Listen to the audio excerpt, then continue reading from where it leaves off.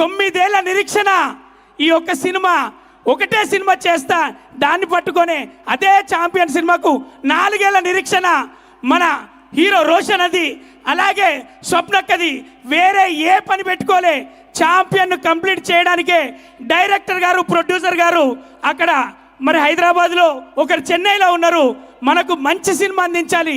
మంచి సినిమాలు అంటే తెలుసు కదా, స్వప్నమ్మ తీసే సినిమాలు, మహానటి, మనందరికీ జాతి రత్నాలు, ఇలాంటి మంచి సినిమాలు ఇచ్చిన దాంట్లో రేపు ఛాంపియన్ డిసెంబర్ 25 తారీఖున చూడబోతున్నారు.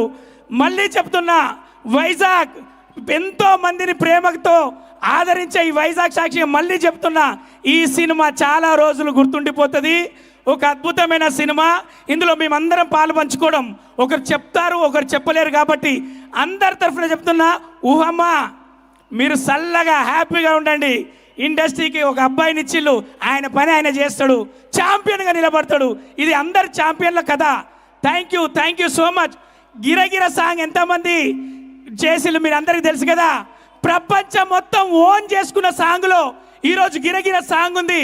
ఒక సాంగ్ చేస్తే, ఒక రీల్ చేస్తే మనకు జిన్ను పాయింట్లు, మిడ్డీలు ఇలాంటివి కనపడే ఈ జనరేషన్లో ఓని లంగా ఓని కట్టి, పట్టు చీరలు కట్టి, తెలుగు దానాన్ని పట్టి, అది మంచు కొండలైనా, అది ఎడారి ప్రాంతమైనా, అది అమెరికా అయినా, అది అమలాపురం అయినా, అందరూ ఆడబిడ్డలు చేసిళ్ళు.